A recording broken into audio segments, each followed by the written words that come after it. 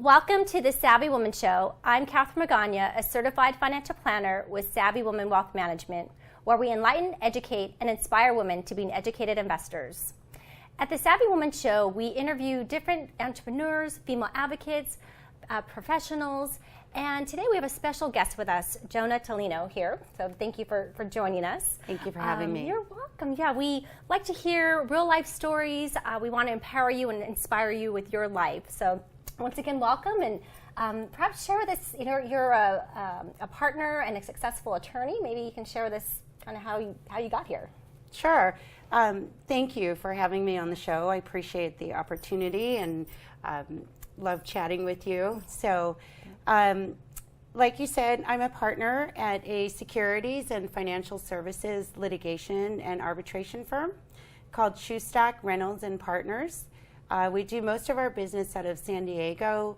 We're located downtown, but we have offices in New York and other parts of the country.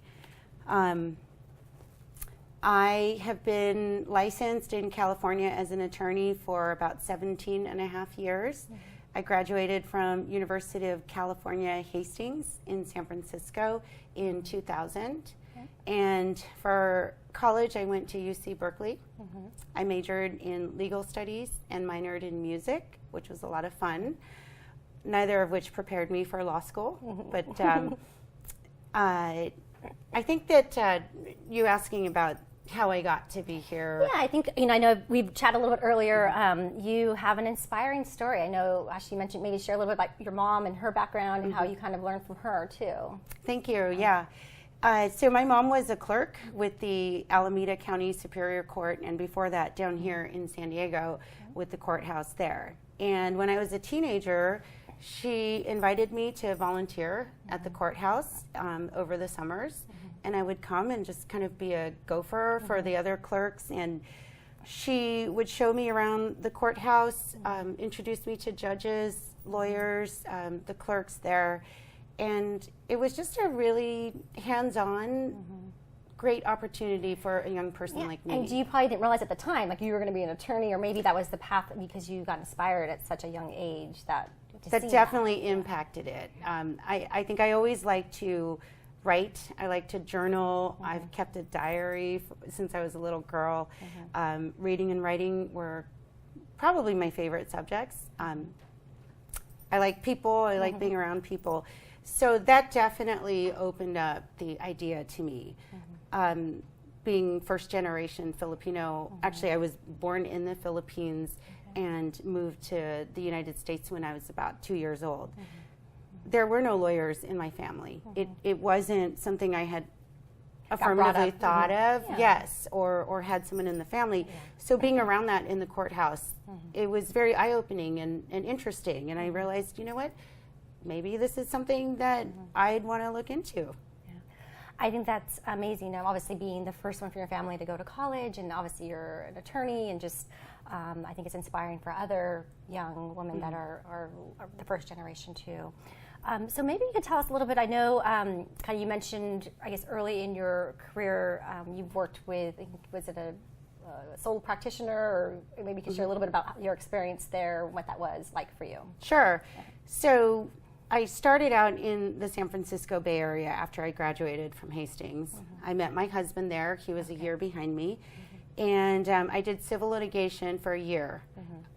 And then my husband got a good job offer in Arizona. And so coming from the Bay Area to Phoenix back in the early 2000s, the standard of living, the cost of living, the just the housing costs, it was so much cheaper in Arizona. And so I took the opportunity. Still is, it is. It's come back a little bit, but well, and especially now in San Francisco. And it was ridiculous back then already. I love that city, but we just knew it was not a place we were going to, settle down. I don't know how people do it actually up there now. But so anyway, we moved out there, and we took the opportunity. At that point, we had our baby girl, and so I took the opportunity to stay home with her, and then we had our son out there. So I was home with them for a little bit.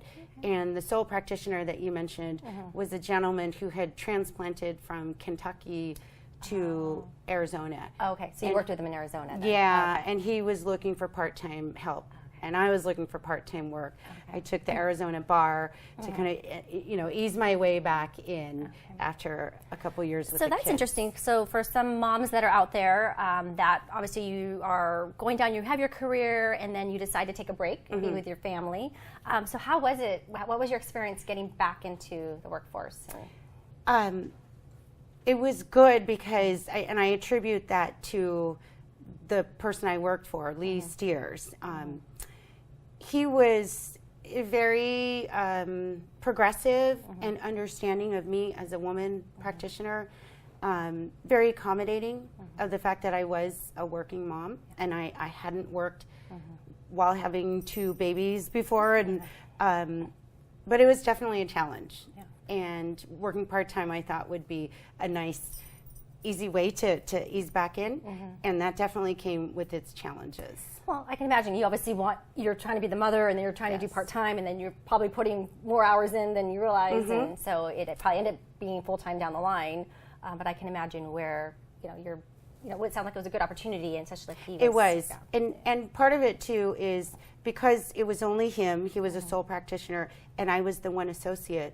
I had this arrangement, I forget exactly what it was, but it was 2 or 3 times a week that I was in the office. So if I wasn't there, it's not like I was delegating the assignments back up. And so if I wasn't there, my work wasn't getting done. You had more work to do when you got back. Right. So for instance, I have a distinct memory of running the bath for my toddler son and trying to check email at the same time, those kinds of challenges. But I wouldn't change it for the world. I'm really fortunate to have experienced that. Well, and I think that's everyone's dream, to be able to spend time with their kids, take that time off, and then also get back into your career and still have that. So you had the best of both worlds, is what it sounds like. I think so. I think so. There's definitely, you have to catch up, kind of. You're a little rusty, and I did deal mentally here and there with the notion that I had worked so hard for all these years and jumped into the workforce and was going full force, and then to just kind of put that to a grinding halt. There's something, you question, like, am I doing the right thing? Am I letting my mom down? Or, but you can't, you have to do what's best for you. Yeah, and it seems and like it your all family. worked out, and then eventually you were able to go back to work, and if that was your choice. And some women decide not to go back into the workforce, and full-time mom is a full-time job, and we get that too. So. It is. To this day, I say that being a stay-at-home mom was the hardest job. Yes. It's still the hardest job I've ever had. So let's talk a little bit about your industry and females, and are you seeing a shift with more women attorneys, and kind of what's your view on that right now? So I work in the securities and financial services industry, which you are entrenched in even more than me. So you know that historically it's not a very, it's still a mostly male-dominated field. But I definitely am seeing an increase both in women advisors and in women attorneys in the field. There's still not many of us, and there's certainly not many of us of color practicing in this field. So it's interesting, yes, financial services. I actually did some research to see kind of what were the statistics. What'd you find? In 2016, the Bureau of Labor Statistics showed that there was 31.6% of financial advisors that were females. And as of June 30th, 2017, 23% were female financial planners. So we still have a lot of room to grow. I think looking back, I've been in the business now for 19 years. I must admit, I'm seeing a shift. I'm seeing more women getting involved in the business from when I first started, which is amazing. But I still think there's a lot more work to do, and being part of different associations, I know there's a lot of initiatives for helping women, and I think it also goes back to even teaching, even young girls through high school and college, and even elementary. I think if we can educate and start sharing that this is a career path at a younger age, I think we'll perhaps see more. And females. you, in your position as president of the Financial Planning Association, that's got to be good visibility too. We have a Women's Initiative program going there too, and so and even in industry, I'm seeing starting to see a shift. So I'm happy to see that, and I want to encourage other women, and I'm sure you feel the same. Definitely. Being an attorney, and but I just I sense that we kind of have similar industries, and even though they're different concepts, but same industry. And, sure, and I represent a lot of people like you, who I've represented women who have been subject to harassment and discrimination in your field. So, well, it's interesting. I just went to a conference a couple months ago, and there was a woman that was speaking to other advisors about working with female investors, and she was sharing. She said, and she at one point was a female advisor, and so she said, "And how many of you wore those penguin outfits? You know, the pinstripe suits." Yes. And, you know, we're stuffed in this box. With the white and the bows. And so I thought, you know, you're right. Gosh, for so long we did that. And even yesterday I was at the optometry office, and I was sharing with them, I was getting new glasses, and I said, you know, in the past I used to wear glasses all the time, and I was trying to hide. And I said, now, you know, I do wear glasses occasionally, but now I feel like, okay, I can wear whatever I want. I don't have to wear glasses. I can be who I am. And so I think, you know, once again, I think we're also seeing in business and professionals kind of loosening up a little bit and not feeling like you're this little penguin or stuffed in a box. Yeah, so. And to that point, I think I've definitely seen a shift where we still definitely need to work on the numbers, right? Yeah. But I'm feeling this movement where people are embracing the differences between men and women and different genders and diversity of culture, all walks of life, versus in the past, I think prior feminist movements, it felt more like we were encouraged to act more like men, negotiate more like men, be more like men, dress like men in the penguin suits. And now I think I'm sensing this I don't know, like a revolution. Hey, no, you have an opinion.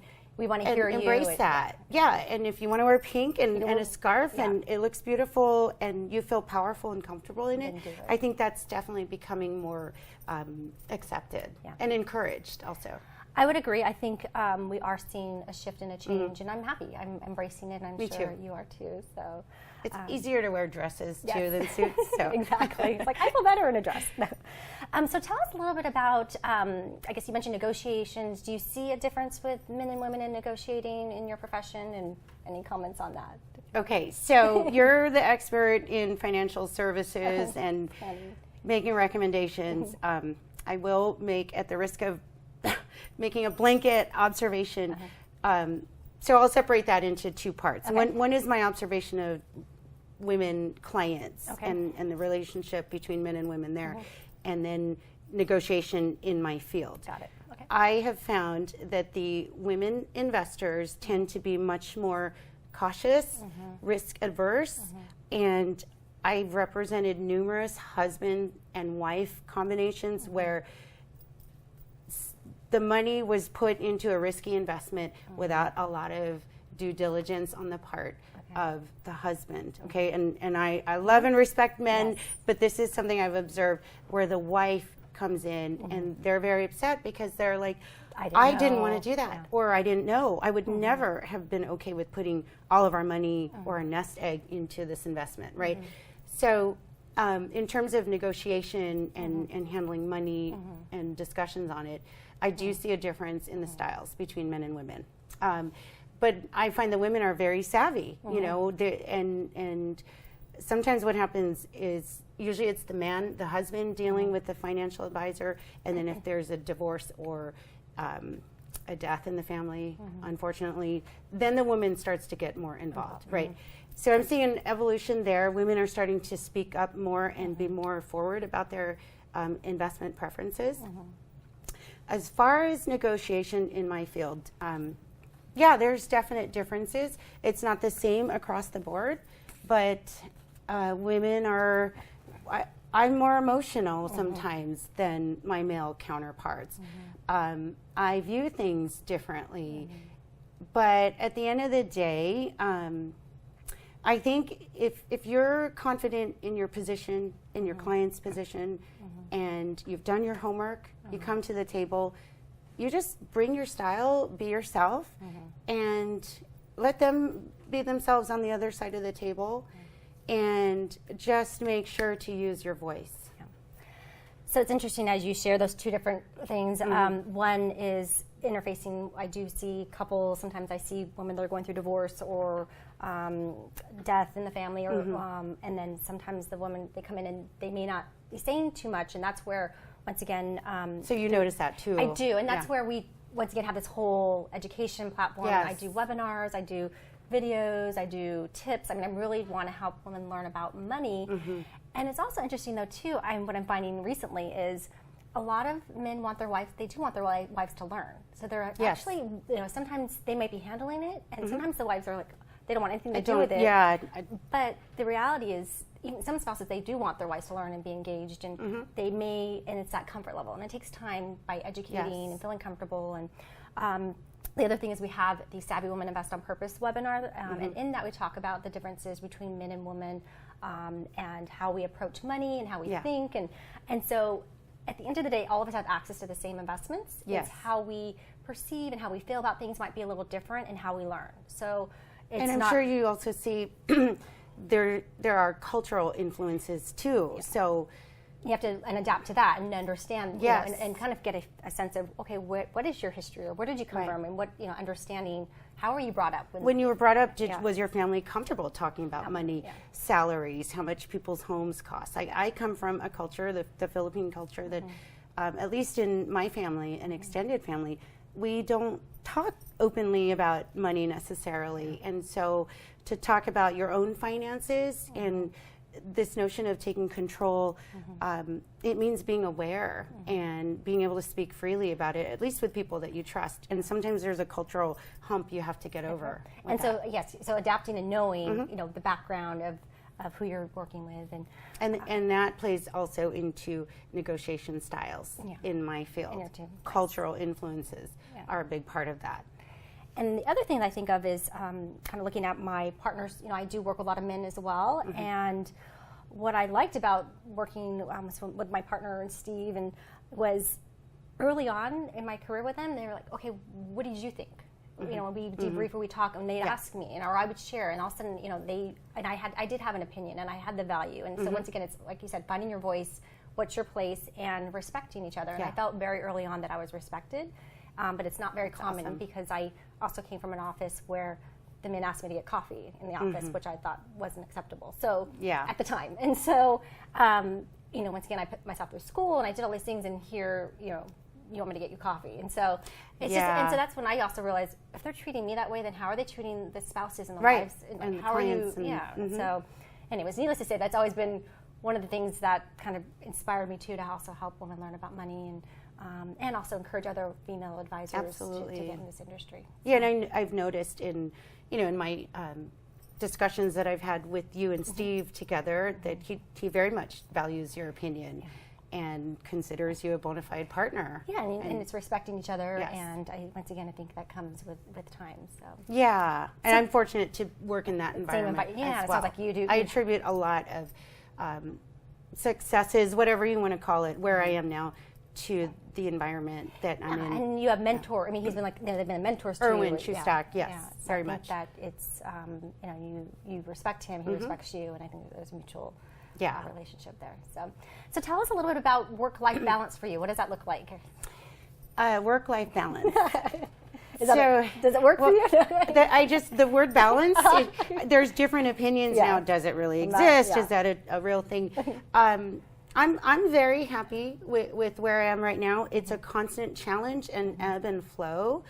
I've got 2 really busy teenagers. My husband also works full-time, and although he's no longer practicing as an attorney, we're both full-time working parents.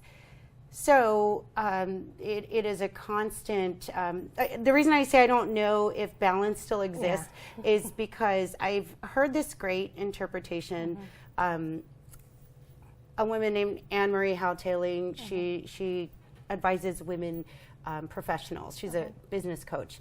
And I heard her speak one time, and she said, maybe it's more an idea of integration as opposed to balance. And trying to spin all the different plates at the same time. Maybe it is, you're going to make it to your kid's recital, but for the kid you don't know who's playing before your child, maybe that's when you take the quick 10-minute phone call. But you're there, and you allot that time, and it's integrated. So that's kind of what I strive for. It's not always black and white, for sure. And I think, obviously, for myself being a planner, I have everything scheduled, but there's times things come up and I have to you have to be able to adapt and make changes. And, I feel the same way. Family's definitely a priority for me, but I also have a business and priorities with that too. So it is a juggle. It is, and not that balance can't exist in the conversation, but also having stayed home with the kids, having worked part-time, having worked full-time, I've experienced different arrangements, right, to try to make that work. So I think it's dependent also on where you are in your life and whether you have a family or not. For me, it's fluctuated a lot with the kids between, from their babyhood to toddlerhood, going to school. It's been different challenges. But I will say, now that they're teenagers and our daughter drives, that's a whole new independence that opens up a world of a lot more. There's just more. I could start to do more marketing in the early evenings because they were still at sports practice, and I didn't feel as guilty not being home with them after work.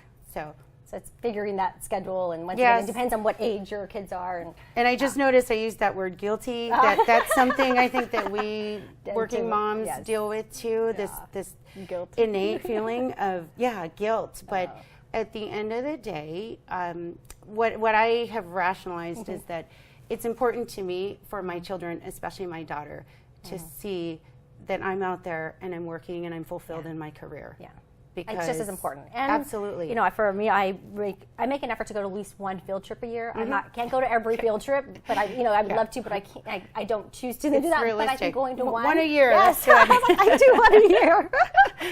So that works, and you do what works. Yeah, and they remember that, right? It's it's going to be part of their childhood memory. Yeah. So Jonah, thank you for taking the time to be with us. What's a good way for our listeners to contact you, or if there's any questions? You. I appreciate it, and I really enjoyed this time with you. Thank you for having me. So again, my firm is Shoestack Reynolds and Partners. We're downtown, 401 West A Street, Suite 2250, San Diego, California, 92101. Our website is www. Do people still say that? Or HTTP? www is good. Shufirm.com. SHUFIRM.com. That's our website. You can look us up. It shows all of our practice areas, the biographies of the different attorneys at our firm. You can find me on there also. Great. Well, thank you for being a guest. I do want to acknowledge Jonah I just got wind that she was selected for the San Diego Bar 2018. She won an award for commitment to diversity. So congratulations. That's a huge honor. Obviously, you're an inspiration for a lot of female attorneys. So congratulations. Thank you. It's easy to serve when there are people like you in the community. And really, I do get to work with amazing people, not just attorneys, but clients. San Diego is a great place to be. Thank you. You're welcome. So I'd like to end the show with an inspirational quote. Today's quote is from Maya Angelou. How important it is for us to recognize and celebrate our heroes and sheroes. So once again, how important it is for us to recognize and celebrate our heroes and sheroes. So once again, we come to the end of the show. For successful investing, never stop learning and savvy up.